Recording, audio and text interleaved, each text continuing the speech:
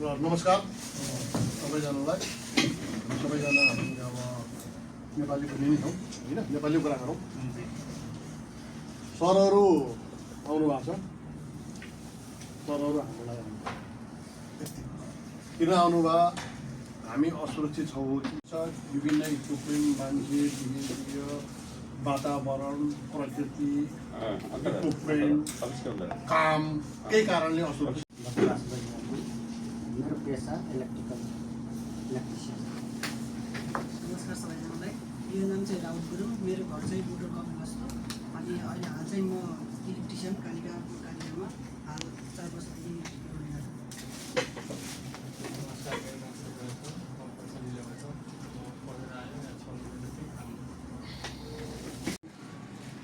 Okay permit validity हेर्नुहोस् त permit validity भनेको 1 घन्टाको नि हुनसक्छ 15 मिनटको काम पनि हुनसक्छ 1 दिनको काम पनि हुनसक्छ 7 दिनको काम पनि हुनसक्छ अनि कहिलेकाहीँ के हुनसक्छ पर्मिट स्पेसिफिक लोकेसन जस्तो ग्राउटिङ जोन्सको लागि डिफ्रेन्ट पर्मिट हुनसक्छ टनेलको लागि के हुनसक्छ डिफ्रेन्ट जस्तो ब्याचिङ प्लान्टको लागि के हुनसक्छ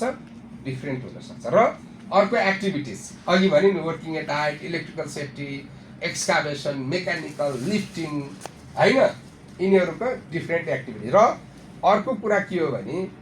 कन्डिसन चेन्ज हुन्छ क्या कहिलेकाहीँ काम गर्दै पोर्टलमा चाहिँ टाँसिदिनु पर्यो अरूलाई थाहा हुन्छ नि त यहाँ छ म तपाईँलाई देखाउँछु अहिले अथराइज ग्यास टेस्टरमा हामी यो कुरा आउँछौँ यहाँ हाल्नुहोस् त यी फर्म छ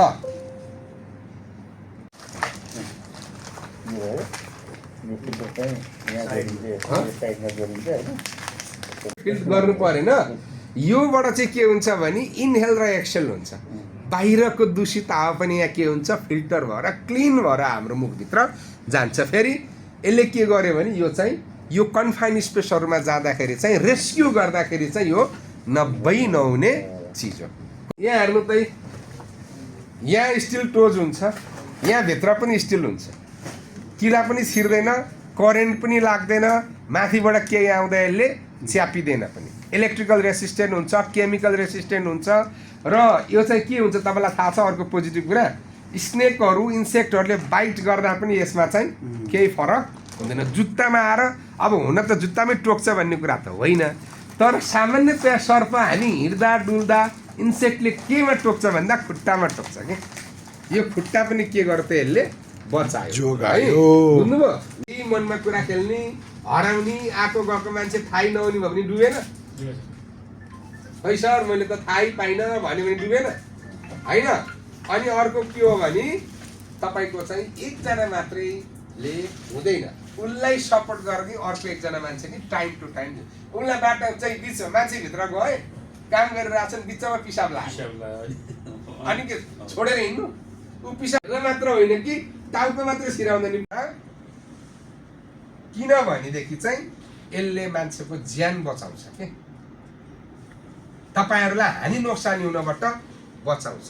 त्यस कारणले गर्दा हामीले कमिटमेन्ट गरेका छौँ हाम्रो occupational health and safety management plan एउटा ओएचएसएमपी भन्ने एउटा म्यानुअल छ त्यहाँभित्र पनि हामीले बक्कैदा लेखेका छौँ कि हामी ग्यास टेस्टिङ गर्छौँ के हुन्छ नि बसको पछाडिबाट चाहिँ बाटो काट्दैन कि बसको अगाडिबाट बाटो काट्छ हामी गाडी लिएर गयो झ्याप्प गरेर 5 जना मिल्छ त्यहाँ हामी कित्नु सम्भावना हुन्छ होइन त्यसले गर्दाखेरिमा बसको अगाडि प्यासेन्जर आउँछ अब म चाहिँ पहिले नै म कन्ट्रोल गरेर गाडी चलाउँछु भने मतलब के भने मैले स्पिड के अरे कम गर्नु पर्यो हर्न बजाउनु पर्यो स्पिड कन्ट्रोल गर्नु पर्यो हेर्दै अगाडि बढ्नु पर्यो द्याट इज डिफेन्सिभ ड्राइभिङको मेन मकसद चाहिँ यही नै हो अन्त यस्तै कुराहरू चाहिँ हामीले विभिन्न मतलब यो साइडमा पनि अनुमान लागू गर्न सक्छौँ जस्तो कि हामी यो क्याम्पमा आउने बेलामा माथि भएर म त त्यो धेरै कुराहरू याद गरेँ क्याम्पमा छिर्ने बेलामा चाहिँ साइन पनि छैन अब यो डिफेन्सिभ ड्राइभिङको अथवा डिफेन्सिभ मेसिन अपरेसनको फाइदा के त भन्दाखेरिमा सबैभन्दा ऊ त के भने हामीले यसबाट चाहिँ दुर्घटना न्यूनीकरण गर्न सक्छौँ र हामीले वन धनको क्षति अरू हामीले काम गर्ने स्थानको प्रोटेक्सन गर्न सक्छौँ मतलब विभिन्न के अरे हामीले चाहिँ मतलब मसिनको संरक्षण गर्न सक्छौँ, हामीले विभिन्न आफ्नै संरक्षण गर्न सक्छौँ। यो डिफेन्सिभ मेसिन अपरेसनको परिचय र महत्त्व, परिचय त मैले थोरै बहुत भनिसकेँ होइन। हामीले के गर्नु पर्यो त भने यसको मुख्य उद्देश्य भनेको मेसिन सञ्चालन अघि जोखिम वस्तु अथवा स्थितिको होइन, स्थितिको पहिले नै पूर्वानुमान गर्ने अनि दुर्घटनाको रोकथाम पूर्वानुमान गरेर हामी मेसिन चलाएपछि दुर्घटनाको रोकथामलाई त्यसले उ गरिहाल्छ। ऊ चाहिँ के गर्छ भने अब ट्रकमा त फोर व्हिल छ कि छैन, गाडीमा नि हामीले उकालोमा छ त्यसलाई फोर व्हिल चाहिन्छ, तर हामी टु व्हिलमै गइरहेको गाडीमा। अनि त्यहाँ जब गाडीले तान्नु छोड्छ नि तब चाहिँ फोर व्हिल लगाउँछ, इट्स टु लेट। खपत त्यस्तै हुने भयो होइन। सबै कुरा चाहिँ हामीले बेहोर्नुपर्छ कि अन्नेसरी कुराहरू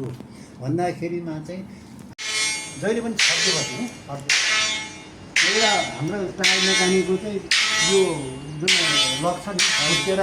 बत्ती पिसेर दाँत झऱ्यो, त्यहाँ हावा हाल्दाखेरि बेसी अनि हावा हाल्दाखेरि तिनपल्ट गरेर हाल्ने, पहिले छुस्छ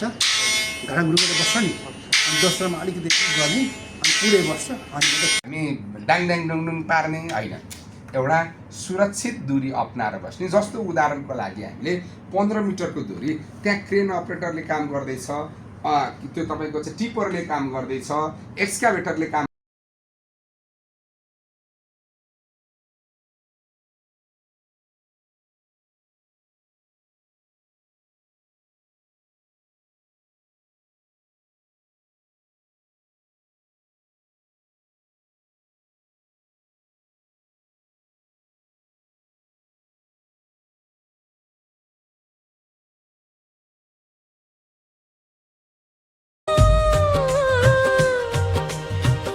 तत्पुरुषाय विद्महे महादेवाय धीमहि तन्नो रुद्र प्रचोदयात्। ॐ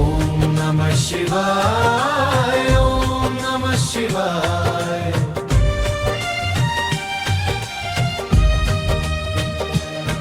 नागेन्द्रहराय त्रिलोक